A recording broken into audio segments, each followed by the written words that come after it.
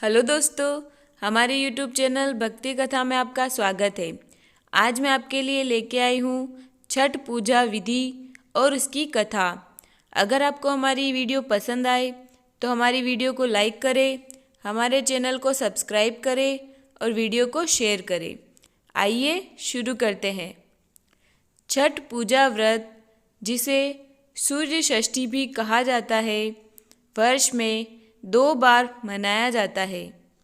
पहली बार चैत्र में और दूसरी बार कार्तिक में। चैत्र शुक्ल पक्ष षष्ठी पर मनाए जाने वाले छठ पर्व को चैती छठ व कार्तिक शुक्ल पक्ष षष्ठी पर मनाए जाने वाले पर्व को कार्तिकी छठ कहा जाता है। पारिवारिक सुख समृद्धि तथा मनोवांछित फल प्राप्ति के लिए यह पर्व मनाया जाता है। इस व्रत को स्त्री और पुरुष कोई भी रख सकता है। छठ पूजा 4 दिवसीय उत्सव है। इसकी शुरुआत कार्तिक शुक्ल चतुर्थी या चैत्र शुक्ल चतुर्थी को तथा समाप्ति सप्तमी को होती है। इस दौरान व्रत करने वाले लगातार 36 घंटे का व्रत रखते हैं। इस दौरान वे पानी भी ग्रहण नहीं करते हैं। भगवान सूर्यदेव और देवी षष्ठी माता को समर्पित यह त्यौहार पूरी सादगी, स्वच्छता और समर्पण से मनाया जाता है। व्रत के पहले दिन यानी कार्तिक शुक्ल चतुर्थी को नहाय खाए होता है, जिसमें व्रत करने वाले आत्मशुद्धि और सात्विकता के लिए केवल अरवा खाते हैं। कार्तिक शुक्ल पंचमी के दिन खरना होता है, यानी स्नान करके पूजा पाठ करके शाम के समय में गुड़ और नए चावल से खीर बनाकर फल और मिष्ठान से छठी माता की पूजा की जाती है। फिर व्रत करने वाले कुंवारी कन्याओं को एवं ब्राह्मणों को भोजन करवाकर इसी खीर को प्रसाद के तौर पर खाते हैं। कार्तिक शुक्ल षष्ठी के दिन घर में पवित्रता एवं शुद्धता के साथ उत्तम पकवान बनाए जाते हैं।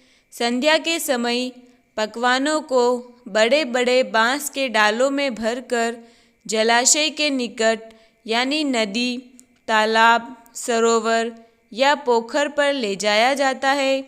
इन जलाशयों में गन्ने का घर बनाकर उन पर दिया जलाया जाता है।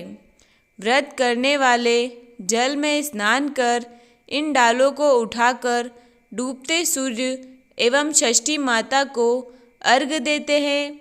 सूर्यास्त के पश्चात लोग अपने अपने घर वापस आ जाते हैं। रात भर जागरण किया जाता है। कार्तिक शुक्ल सप्तमी के दिन सुबह ब्रह्म मुहूर्त में पुनः संध्या काल की तरह डालों में पकवान, नारियल, केला, मिठाई भरकर नदी तट पर लोग जमा होते हैं। व्रत करने वाले सुबह के समय उगते सूर्य को अर्घ्य देते हैं। अंकुरित चना हाथ में लेकर षष्ठी व्रत की कथा कही और सुनी जाती है।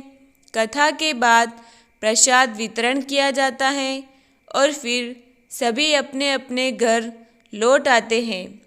व्रत करने वाले इसी दिन पारना करते हैं।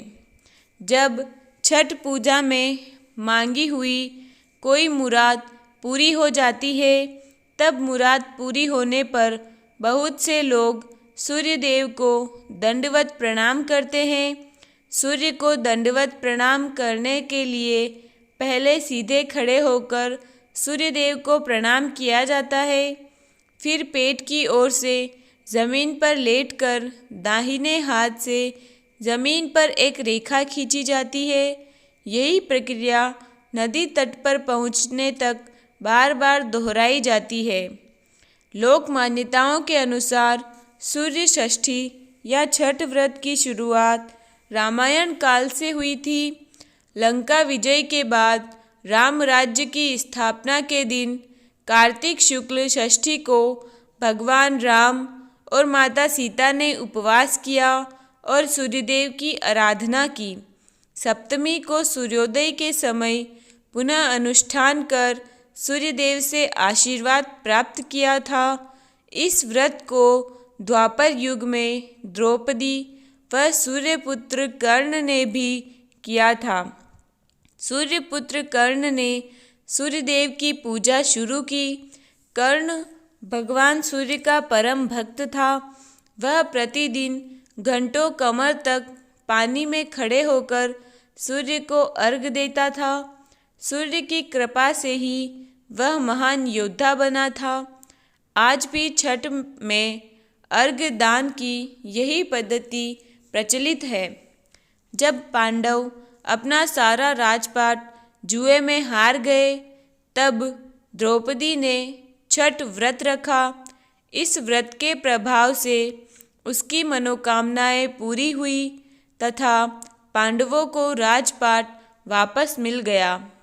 इस दिन षष्ठी देवी की कथा कही भी जाती है, जो सुनी भी जाती है, जो इस प्रकार है। छठ व्रत की कथा।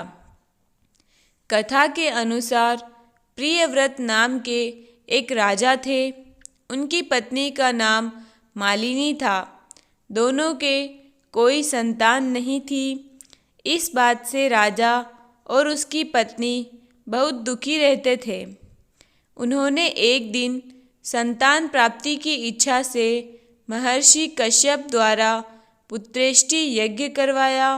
इस यज्ञ के फलस्वरूप रानी गर्भवती हो गई। 9 महीने बाद संतान सुख प्राप्त करने का समय आया तो रानी को मरा हुआ पुत्र प्राप्त हुआ। इस बात का पता चलने पर राजा को बहुत दुख हुआ।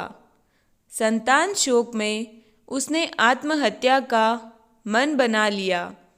लेकिन जैसे ही राजा ने आत्महत्या करने की कोशिश की, उसके सामने एक सुंदर देवी प्रकट हुई।